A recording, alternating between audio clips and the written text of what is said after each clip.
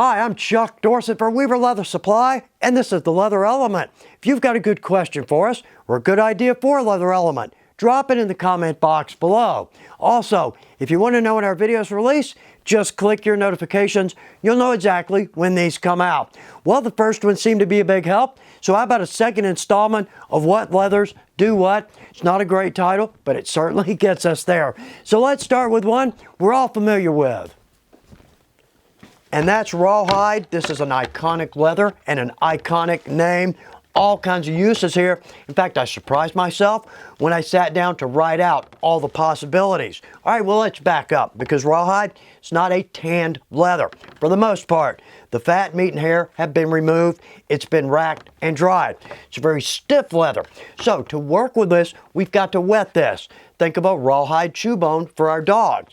As they chew on that, it gets wet, becomes very pliable. Well, now technically it becomes mushy. That's a little too much moisture. But if we wet it, we can work with it. When it dries, it's going to go back to this much more stiff state.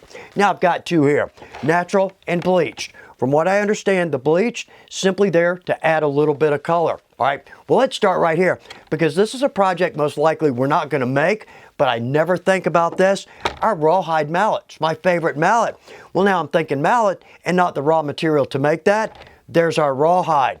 Here's another one. If you've ever been in a Western themed restaurant, bar, lodge, house, you are definitely going to see rawhide lampshades. If you never noticed, look around the next time you're in a bar or a lodge, you are definitely going to see rawhide lampshades. Now, braid work. This is one of the best leathers for stiffer braids. All kinds of projects there, but also drum heads. This doesn't just make a good drum head, this is the original drum head.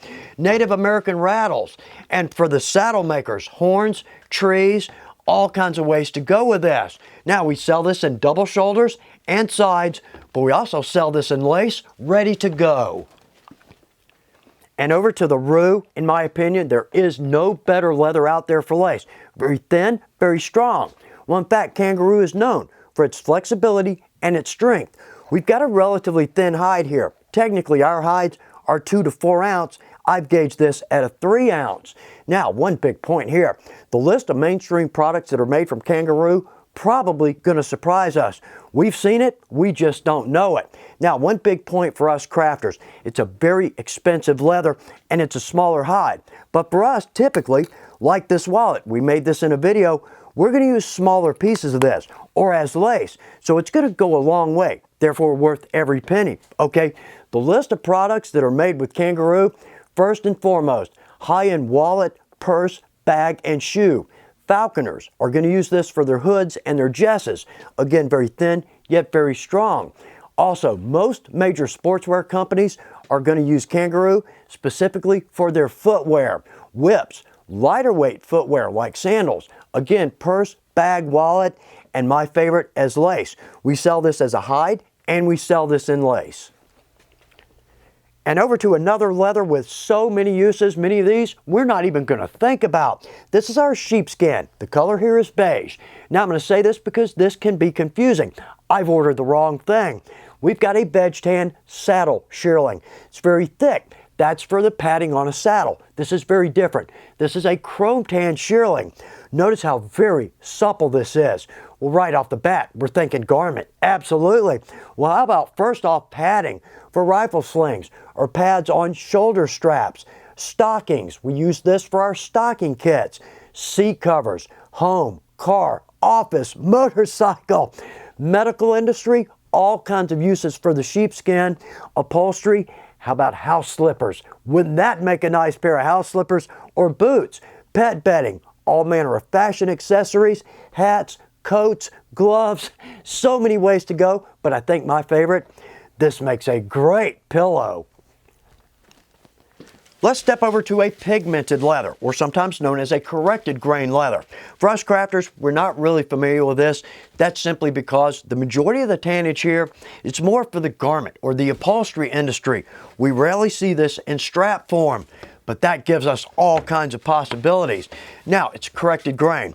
A pigment is sprayed on this. That's going to hide all our natural range marks and blemishes. So what we get is a very clean finish, and white, impossible to dye. We get questions about white leather all the time. So the possibilities here, first off, show halters and bridles, sleigh bell straps. Here's one that surprised me, I didn't even think about. The straps for the folks carrying flags in parades. But on that same note, instrument straps and harness. For us costumers, there's our white strap leather.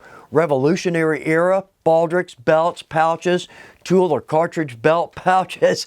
But also, a couple of good points here. This is a veg tan, but we're not going to be able to stamp or tool or wet form this. Now, it's a 10 to 11 ounce, but it's a strap leather, so it's got a good feel to it. Let's go with one more, little bit of a sales pitch, but more so simply because this has become one of my all-time favorite leathers.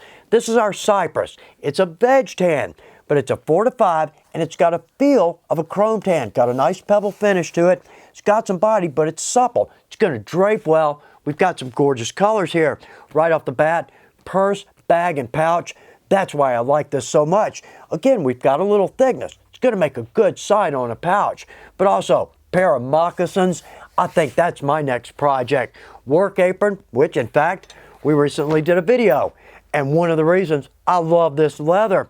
How about some heavy work chaps? And for us costume folks or bikers, this is a versatile, perfect leather.